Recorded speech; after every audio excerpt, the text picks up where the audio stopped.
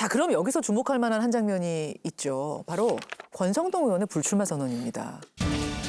저는 이번 전당대회에 출마하지 않습니다. 대통령의 최측근이 지도부에 입성할 경우 당의 운영 및 총선에 불필요한 오해의 소지가 있을 것이라는 당원의 여론과 우려를 기꺼이 수용하기로 했습니다. 근데 이분이 선거 캠프까지 차려놨었잖아요. 사무실 다 계약하고. 이게 상당히 이례적이었어요, 박 의원님. 뭐 누가 접으라고 했겠죠. 그러니까 사무실까지 구해놓고 접은 거지. 누가 접으라고 안 했는데 저렇게 접겠습니까? 누굽니까? 누구겠습니까? 우리 모두 다 예상하듯이 그건 이제 대통령실의 뜻이 전달된 거라고 보고. 다만 이제 출마의 동기 자체가 예. 약간 화나서 출마했던 것 같아요. 화나서요? 김장년대 이런 것 때문에 화가 나가지고. 그러니까 끝까지 못 가는 거죠. 그리고 겉절이 담그다 많은데. 네. 그리고 조금 이게 이제 치밀하지 못하신 게 설사 이게 출마했다가 중간에 대승적으로 접는 모습을 보이더라도 이게 예. 정치적으로 본인한테 남는 게 있어야 되는데 그렇죠. 립 서비스는 많이 들어요. 뭐 대단한 결단이다. 근데 그냥 립 서비스일 뿐이지 약간은 조금 좀 우습게 됐죠. 전당대회에서 선거 그 자체로 놓고 보면은 권성동 의원이 득표를 할 수 있는 길들이 다 막혀 있어요.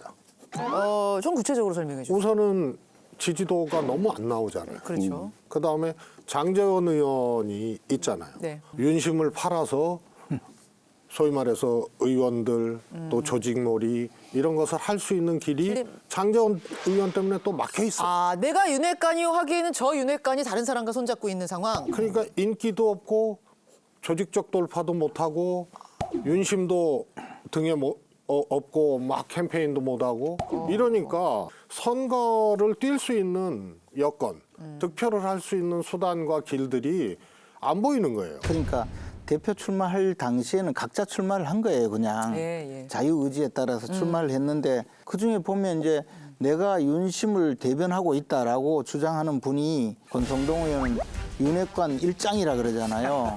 네. 그리고 김기현 의원은 또 김장년대라고 하고 예, 예. 그러니까 지금 헷갈리는데 이 윤핵관 일장과 김장년대가 같이 다니니까 지금 뭐 이제 유권자들이 헷갈리잖아요. 그러니까 정리를 한 거죠. 그중에 한쪽으로 몰아준 거죠. 아, 누군가 하나는 정리를 해야 되는데 네. 말하자면 권성동 의원이 희생을 한 거다. 아니 희생이라기보다 하여튼 정리를 한 거예요. 그냥 정리를 한 거예요. 정리를 한 거다. 정리 당한 거네요. 쉽게 얘기하면. 그래서 예전에 권노갑 이 의원님하고 하나갑 의원님이 예, 있었잖아요. 예. 김대중 대통령이라는 지도자가 있어요. 예, 그 두 분 다 측근이에요. 동교동계. 그런데 항상 권노갑 의원님한테 하나갑 의원님이 밀려. 그래갖고 그걸 먼 훗날 한번 토론을 격정적으로 한 적이 있어요. 뭐라 그러셨어요? 나는 왜 항상 밀려야 되냐. 이인자냐? 내가 왜? 그런 걸 직접 토로하신 적도 있어요. 그래서 내가 보기엔 권성동 의원과 장제원 의원이 네. 마음을 합치고 힘을 합쳐서 야, 대통령에게 해가 되니 예? 권 의원이 대승적으로 이것을 결단하고 그만뒀다. 이거보다는 하여튼 찝찝하게 정리된 케이스다. 아, 찝찝한 정리. 권 의원이 들으시면 정말 찝찝할 것 같은데. 찝찝하시죠. 인물로 읽고 있는 전당대회판, 이게 인물 중심으로 읽으니까 또 판이 달리 보이네요. 이번에는 유승민 전 의원인데요. 최수성님 지난번 출연하셨을 때 유승민 전 의원 출마할 거라 그러셨잖아요. 할 거라 하셨죠. 지금도 여전히 그 입장이세요? 네. 진짜요? 안 하면은 유승민 정치는 뭐 없는 거죠. 테러가 없어요. 아니 본인이 지금 길 다 닦아놓고 구도 다 만들어놓고 그리고 누구보다 어쨌든 그 선명하게 지금 어쨌든 윤 대통령이나 국민의힘에 여러 가지 비판적인 조언을 했는데 이제 와가지고 안 한다 그러면 페이스북 정치한 것밖에 더 돼요. 그럼 앞으로 당내에서 누가 유승민 의원을 바라보고 정치적 기대를 갖겠습니까? 정치적으로 끝이다? 끝난 거죠. 자, 김재원 최고. 출마할 거라는 두 분의 확고한 생각 맞습니까? 저는 출마하지 않을 가능성이 훨씬 높다고 봐요. 왜요? 네, 유승민 의원은 자신의 어떤 그 행보를 늘 논리적으로 설명하고 먼저 모든 것을 다 방향을 제시해 놓거든요. 근데 지금까지 전혀 그렇게 하지 않았었는데 최근 인터뷰에서는 가족들이 말린다. 그런 얘기를 했어요. 아빠 떨어뜨리려고 그렇게 전당대회 룰까지 바꾸고 온갖 수단과 방법을 다 동원하는데 초연하게 다른 보람 있는 일 했으면 좋겠다. 따님은 출마를 반대하는군요. 반대하죠. 핑계가 가족을 갖다 대면은 포기하는 겁니다. 그래요. 모든 일이 그렇습니다. 어떤 정치도 그렇고요. 가족이 어떻고 가족에 대한 부담이 있고 가족 이야기가 나오기 시작하게 예, 되면은 예. 저거는 반 이상 접었다.